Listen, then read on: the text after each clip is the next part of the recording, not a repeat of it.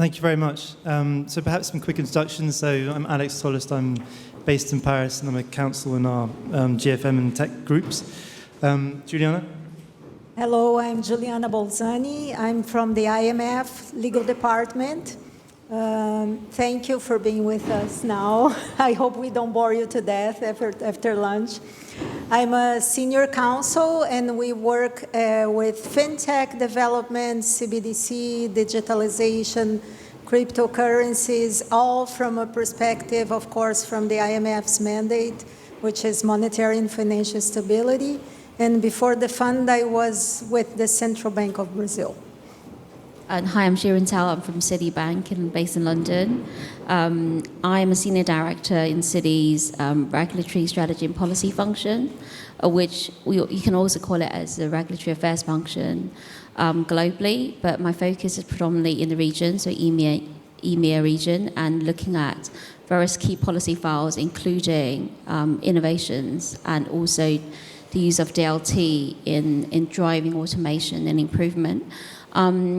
As you know, Citi has been quite active in this space. I mean, a lot of this messaging and also publications is already in the public domain. It covers from the use of DLT to actually collaboration with the BIS Innovation Center, more recently on Project Agora, as well as regulatory liability network on top of the Citi token services, which is about cross-border payment. So looking forward to the panel later. Okay, Matthias Obrecht from FINMA, the Swiss financial supervisor.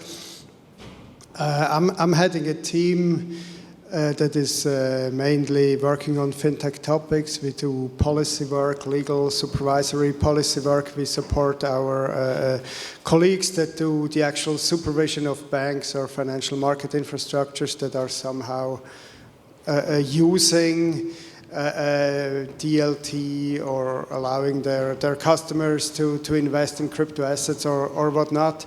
Then we are also representing FINMA in international working groups and so on. So quite a broad spectrum, and very happy to be here on this panel. Thank you for the invitation. Thanks, Matthias. So we're going to split this into two sections. Firstly, we're going to talk about innovation facilitators in the financial sector. So these are innovation hubs, sandboxes, tech sprints, hackathons, and so on. And second is going to be about projects and pilots. So these are where you're testing new technologies, but within the regulatory framework. Looking at some common themes, so what are the points of these initiatives? Who's benefiting? Is it the regulators? Is it participants? Is it consumers? Or is it everyone? Do they work and do we need them? I think one of the main conclusions will be that actually it's incredibly hard to get these right, because you're trying on one hand to maintain financial stability, consumer protection, market integrity, financial integrity, but at the same time you're also trying to protect the need for participants to show there's a commercial interest to developing these technologies. We will start with a look at sandboxes.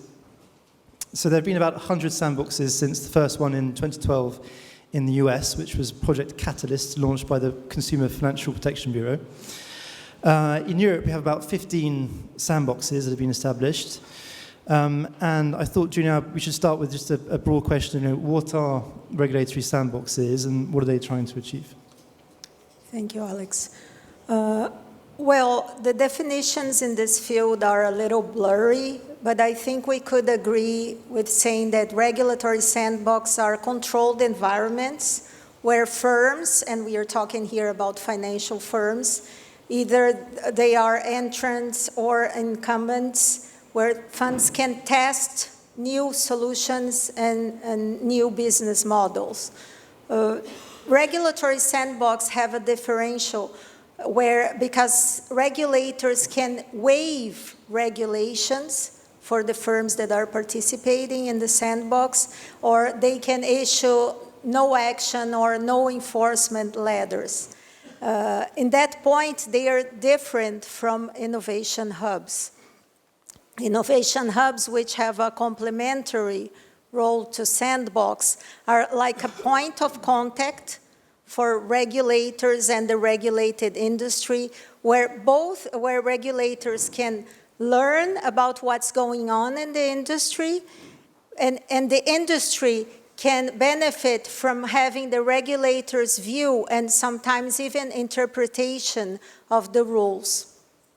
But innovation hubs are sometimes more beneficial both for the regulators and for the industry because they can reach a larger number of firms and they are more informal.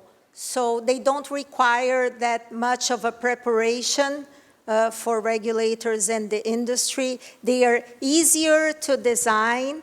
They raise fewer questions in relation to risks, and by risks I mean financial stability, financial integrity, which is a big one. The regulators are usually very concerned with AML, CFT, and we see with our member countries that waiving regulations for AML, CFT does not happen.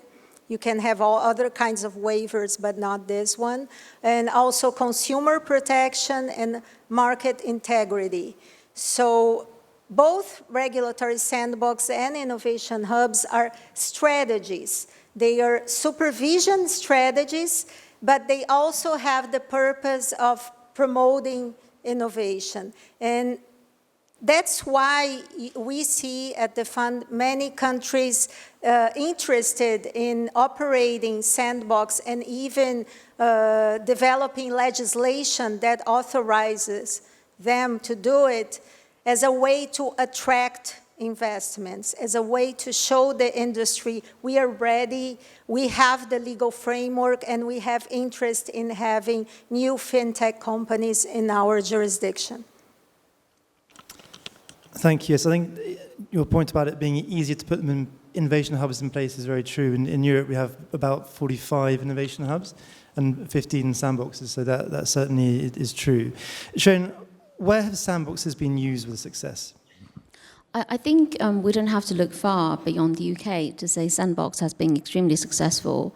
As quoted by Nick Arati, the CEO of the FCA, he's quite often quoted or actually said in his speech that the FCA was driving the frontier of how smartly and collaboratively a major jurisdiction can use Sandbox for innovation and also for iterative rulemaking. I think what is very interesting is the sandbox itself, as Juliana said, is a very broad and flexible concept. But in the UK, what we have seen very successfully being rolled out is what Alex alluded to is the sandbox mixed with a policy sprint actually tackles both the policy legislative side, but also the application use and hackathon approach, which is about building practical and tactical solutions to trying to solve a real-life problem. So we have seen the FCA successfully launch multiple rounds of various sandboxes and hackathons mixed with policy sprints solving specific issues. More recently, they've actually launched a permanent data sandbox, if you call it, or environment, to actually addressing more of the, we'll call them the shortage of data in the use of the likes of AI, as well as actually solving for AML and CFT issues.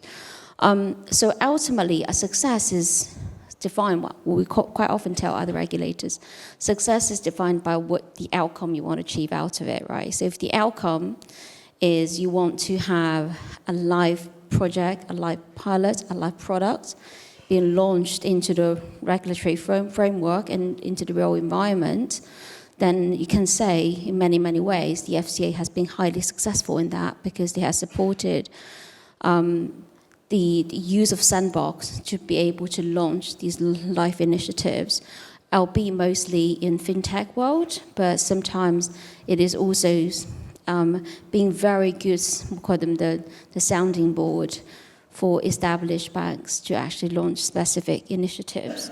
So overall, I think one could conclude that the frequency, the volume, the cadence of the sandbox is as good as what you want to achieve, and which is part of the key design principles. And so if we look at successes, we should also look at failures. And I suppose that's an easy transition to Europe and the EU pilot regime. Now we're only 18 months in, there's still plenty of time for things to turn around. But why do you think there hasn't been that uptake that the industry hoped for? And what do you see as being the next steps for the EU pilot regime? Yeah, this is a very good question, because I think in even our discussions via industry, also bilaterally with key European regulators such as ESMA or AMF, I think there's a lot of disappointment in Europe in the lack of uptake, right, or uptake of the DLC pilot regime, given how much work I think in a prior trilogue process, the European legislative process has put into establishing the first in Europe sandbox at the time to support issuance. I think there are a lot of reasons why it's not as successful as it ought to be. I think one of the key issues is we call them the process. Process is easily said to done, because Europe, it doesn't lend itself naturally towards an straightforward authorization process when there is a super PAC, right, such as ESMA's, designing a sandbox and an authorization process overlaying on top of national competent authorities such as AMF, as well as CSSF in Belgium. So that itself creates quite a lot of confusion for users and end users to understand how does that pathway look like when you have to not only stick to the initial 3 paths designed by the sandbox, but also the local ongoing engagement with your NCAs. The other issue, I think, unfortunately, is also about the threshold, and we call them the lifeline of the sandbox. It is something inherently embedded in the design of the DLT pilot regime in Europe. Because the pilot regime in Europe has this, we'll call them expiry date, and there's a lot of compliance requirement, as well as the parallel processes between, we'll call them the EU state level and member state level. So it's quite a strenuous task for interested participants to trying to get their head around how does one enter into a sandbox, exit into a sandbox, justify the money and time consumed, and justifying the use case and also the P&L, right? So the profit associated with the use of the sandbox. So as a result, it actually becomes quite deterrent and also a bit of an obstacle for firms to understand the use case and the benefit of the user sandbox. So to quote ESMA, exchange between ESMA's Verona Ross and Merit Guinness at the European Commission's, there's inherent disappointment that originally ESMA was anticipating about 20 applicants by end of last year. However, 1 year on from the sandbox gone live, from last April to this April, there was only 2 to 3 tangible applications, with some expressed interest in other domains or disciplines and possibly future point in time. And that itself hasn't warranted the amount of time and effort spent in making DLT or writing, or not to mention negotiating DLT pilot regime as a framework. So that gives us a lot of lesson learned, especially in other jurisdictions. We don't have to look far beyond EU to know, for instance, UK is thinking about their own digital security sandbox, DSS, and the US have expressed certain interest exploring a similar concept as expressed by Commissioner Caroline Pham for the US CFTC. So I think there's a lot of lessons learned from the use of DLT sandbox or DLT pilot regime in EU, but it by no means, fortunately, to write off the DLTR at this stage, because what we understand, both the Commission, AMF, ESMAs do want to make further tweaks to the DLT pilot regime and hopefully can make it more user-friendly and improve on the accessibility as we talked about. Just to go off script, does it matter if the EU pilot regime isn't a success? I mean, what we've seen in the last year and a half is actors managing to do transactions using local member state regulatory frameworks. There's been an uptick in the number of transactions happening using DLT. So ultimately, it may be that even if the pilot regime doesn't work, it's not the death knell for the industry. This is also a very good question, because I think the DLTR was intended to do two things. One is to be Europe first, to create that pan-Europe, cross-the-border within member state collaborative environment to, as a testing case, to help further integration under the CMU, right? And as well as under the banking union. So that was meant to be a testing ground. So obviously it hasn't taken off. The other thing is, you're absolutely right, and you hit the nail on the head, because every firm will look at, do I really need a sandbox environment to launch live deals? What does a sandbox really offer me in that sense? So I think there is an element of opportunities lost, but can be maybe regained, because if we look at the UK's digital security sandbox design, certain element of CSDR, for instance, is being relaxed in that environment, which Europe can definitely consider, especially as we are thinking about moving to T+1 journey. Some of the future state design questions can actually be front-loaded by using the likes of DLT Sandbox to understand what other bottlenecks are, to trying to get 30-plus CSDs in Europe to coordinate, synchronize to some extent. So there's definitely opportunities there from a legislative and from a political perspective, but there's also for firms that wants to have that passporting, because one thing we'll have to know is passporting in Europe is by no means an easy challenge to solve for. We're seeing the passporting concept being introduced in the innovations world in the MECA, and that was very well received by we'll call the non-incumbent, the neo players. But at the same time, it makes a lot of sense, right? Because today, the passporting is a concept, but it's not easily applicable. The DLT pilot regime was intended to create that nurturing culture to enable further passporting within Europe, to enable further investment into Europe via that route. I think this is something that definitely Sandbox can help to nurture as well. Very interesting point about the CMU there. Juliana, let's look beyond the UK and Europe. What lessons have been learnt from sandboxes outside of those jurisdictions? Well, what we see with our member countries is that there is no one-size-fits-all solution, as it happens with all other things. So it depends very much on the nature of the legal framework of the jurisdiction.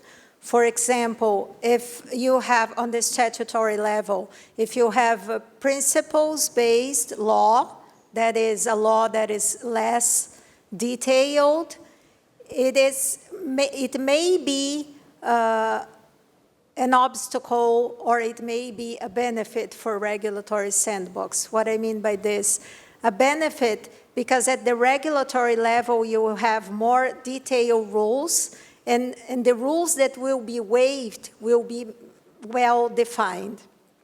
So that's a plus for a regulatory sandbox.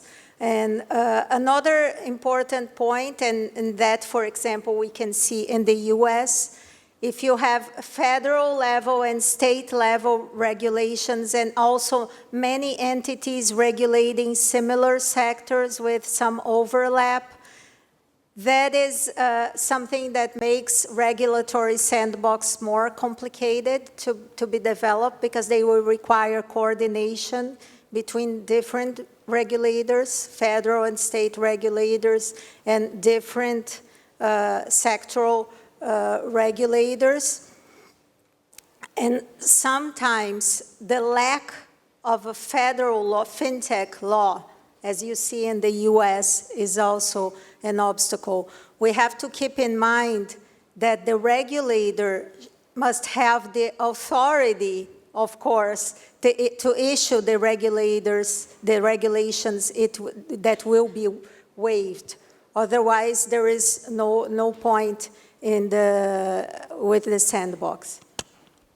Thank you. And Matthias, to come to Switzerland, so there the sandbox approach has been less prominent. You've taken a principles-based approach. You're very much seeking to uphold the mantra of same activity, same risk, same regulation.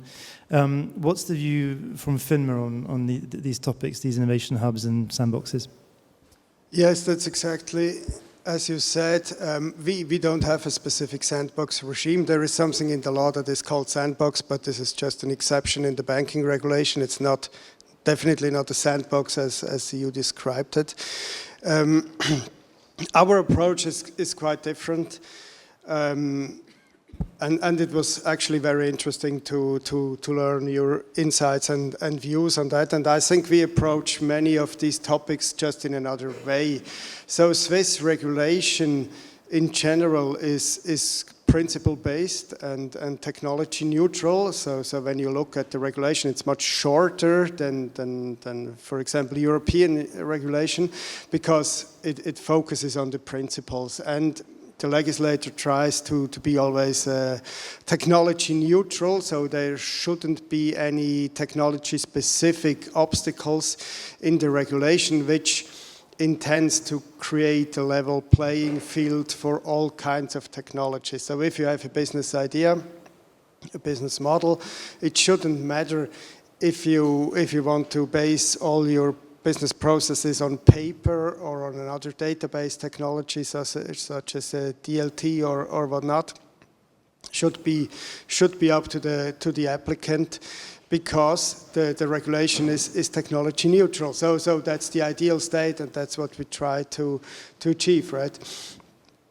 And that probably reduces the need for a specific sandbox regime. And then another aspect to our approach is that we are not only technology neutral, but also competition neutral. So FINMA doesn't have the mandate to somehow get involved in the market and decide which project is more promising than the other and give them a preferential treatment, right? And that's in a way what you do when you pick some projects for a sandbox and others are not picked, right? You get involved into this competition process, and we don't have the mandate to do that. So that would be another obstacle for us to create something like a sandbox. It just wouldn't be the approach that is fitting our mandate and our legal framework. But another aspect to sandboxes, and you mentioned it, is creating legal clarity for applicants, right? Sometimes you have this legacy laws, and when these laws have been written, nobody was thinking about, for example, blockchain technology. And you don't know exactly how the existing regulation applies to new technologies. How should you know if you do something like that? Are you then a securities exchange? Are you a bank? Do you need to follow AML regulation? So we want to create this legal clarity, even so we don't go through the sandbox model. Anybody who wants to do a project in Switzerland actually can approach FINMA and describe their business model, and then we will give them we will look at it and give them, based on our legislation, an answer that tells them, look, if you do it like that, probably you will need a license as a bank, probably you will be subject to AML duties and so on. So looking at the past years, we have, if I remember correctly, between 120 and 140 such requests to FINMA every year. It's an instrument that gets used, actually. And yeah, it seems to work. It's just another model than the sandbox model, because the fintech environment somehow in Switzerland is lively. We have on the one side, right, the projects that are very happy when they get our letter that says, oh, you don't need a license, because they want to be active outside of the regulatory perimeter. But we also have a quite thriving environment of use of DLT within the regulatory perimeter. We have between 30 and 40 banks and securities dealers that are somehow offering blockchain-based products to their clients. So it's mainly the topic of crypto assets as an asset class, just allowing investments. But it's in some cases it's more, right, like looking at the technology itself and trying to integrate the new technology, DLT, specifically into business processes and looking for efficiency gains and checking such opportunities. And we are open to that as long as I said, there is a level playing field and all these requirements that are in the law are fulfilled. Thank you, Matthias. So let's move away from regulator-driven initiatives and talk about projects. So, Juliana, would you mind perhaps describing in broad terms the differences between a project and a sandbox? Again, Alex, the definitions here are kind of blurry, but I would say that a project is different from a regular sandbox because it does not involve waiving or exempting regulations and no action, and issuing no action letters or no enforcement letters. And also in projects, many times you see the public and the private sector side by side, which is not the case with regulatory sandbox. Although I should say that regulatory sandbox, if well designed and well planned, also offers something very important to regulators, which is learning from the industry what's going on and being able to plan and issue better regulations. And this is very fitting with the new paradigm of regulation theory of, some people call it new governance, which implies a dialogue between public and private. But going back to projects, what we see is in our initiatives, and even in the BIS Innovation Hub, for example, and with the participation of IMF and World Bank many times as observers, is regulators acting not only as the entity who issues the rules, but in sectors where they have to perform to fulfill a function. For example, in CBDC projects, it's within central bank mandates to issue money, of course. So this is something that central banks do, and not only that they regulate, and projects are good for this. Also for central banks or as operators of payment systems, we see many projects on that. And this public-private partnership is also revealing the dual nature of the monetary system and the interaction of public and private money. Shearin, do you want to add to that? Yeah, definitely. Blending in both Matthias and Juliana's, I think, comments, both on the last question and this one.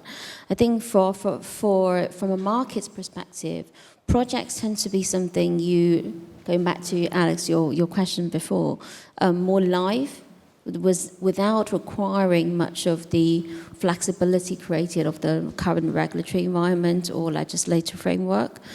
And it tends to essentially be more self-sustainable in that sense.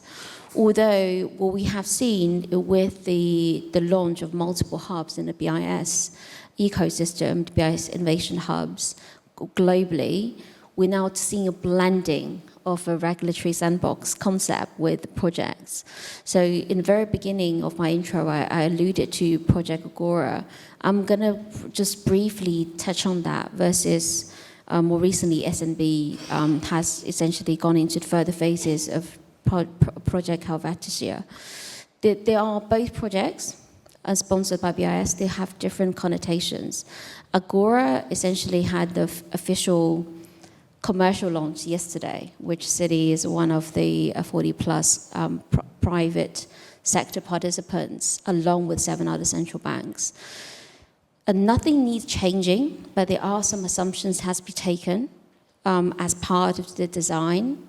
What is very exciting is creating, at least it's intended to create some prototype to solve the cross-border payment sort of conundrum in the world of a coexistence of, we'll call them the more automated commercial bank money versus more automated central bank money. I am using automated rather than wholesale CBDC versus tokenized deposit as well as stable points for a purpose. Because again, Agora isn't meant to say who's going to be the winner and loser, but it's to create that interoperable framework across different jurisdictions and different states. Naturally, to be able to achieve that, there has to be some flexibility. One has to look outside the current legislative framework to create, and even tax systems, to be able to create such culture as well as a prototype. And that's it, we'll call them the in-between. Whereas if you look at Project Havaltisir, which has been very successful, multi-phase launch already, it's a partnership between certain Swiss firms, Swiss national banks, as well as the Swiss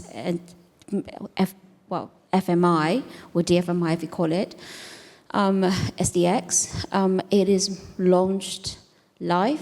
It has supported life assurance with very little change to the current legislative and regulatory framework in Switzerland. But then that means that you are essentially more constrained within certain regulatory and legal certainty Matthias talked about.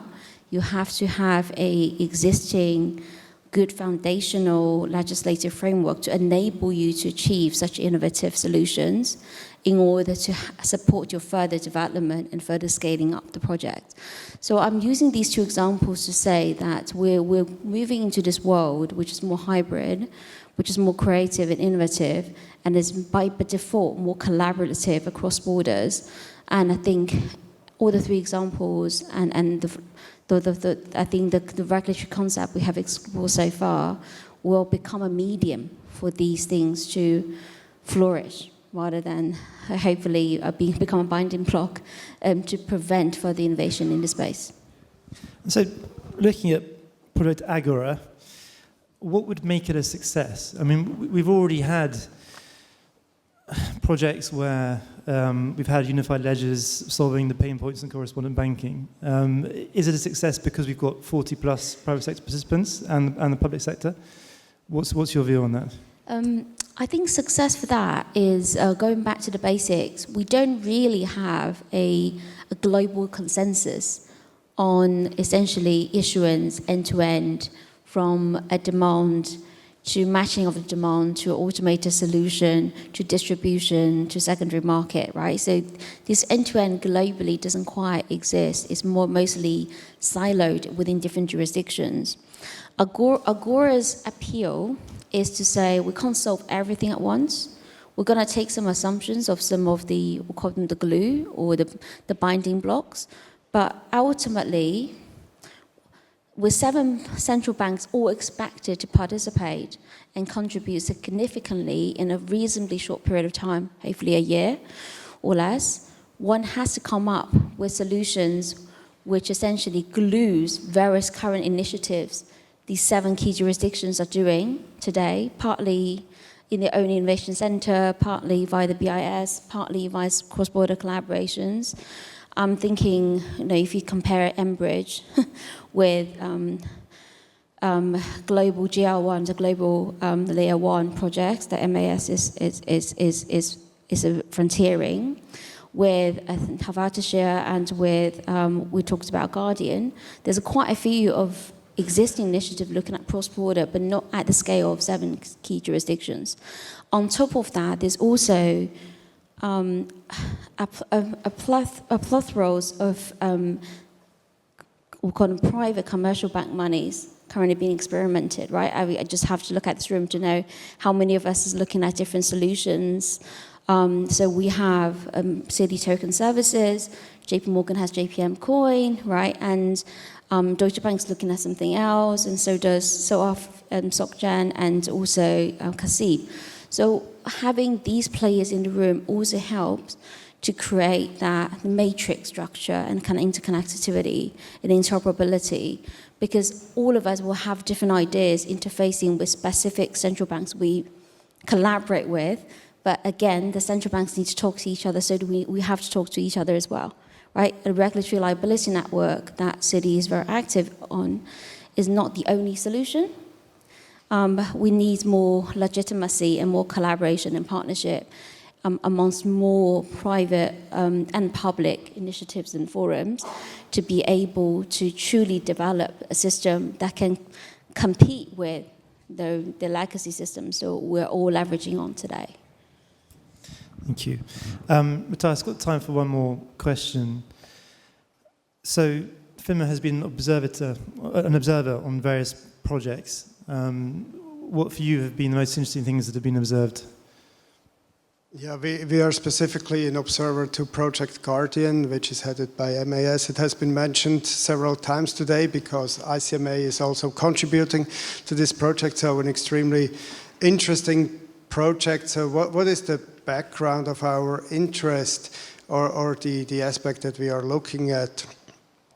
It's a project that is looking into the potential of public blockchains as settlement infrastructure. That is at least the way that I would frame it, right? Can you use a public blockchain which is potentially already today, such as Ethereum, a global settlement layer, just not used for within the financial market, but it has this potential maybe, and that would bring a lot of efficiency gains.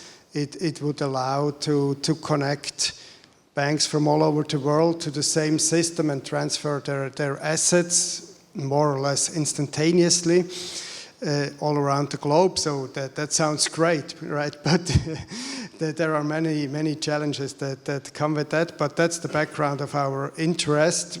And secondly, of course, because some Swiss banks and some Swiss FMIs are also part of the project, and that increases our interest naturally. So all these potential gains come with challenges and risks, right? The open nature of the blockchain makes it, of course, also open for bad actors. Governance is unclear, accountability is unclear, operational resilience. It works somehow, but you have nobody, no accountability, nobody you can call if it doesn't work, right? It might fork, suddenly you have two blockchains and all your assets get doubled and so on. So how do you mitigate these risks? And here we see that this project is looking at these challenges very closely. The banks and FMIs and so on, all the participants in the projects, they actually come up with legal frameworks, with technological frameworks, with risk management frameworks that are bank grade and that allow them to integrate such a new technology into the processes, not at scale, but on this POC level at least. And that brings a lot of interesting insights, which are also very interesting for us, and that's the reason why we follow that. We gain a lot of insights, and as I said, our regulation is technology neutral, so we don't have any legal barriers for financial institutions to actually use the public blockchain as a settlement infrastructure. It's just a risk management question. Are these institutions capable of managing all the risks, be it financial integrity because of the AML-related risks, be it operational resilience and so on. But once these risks can be mitigated, potentially the technology could be used. And so for us it's important to follow this work closely in order also to build up our knowledge and our experience regarding the solutions that can potentially be used to mitigate these risks and then enable new business models if the market sees fit for such business models. Thank you. Well, perhaps we leave it there with the conclusion that Sandboxes pilots, they're useful from a public, private and regulatory perspective. Thank you very much.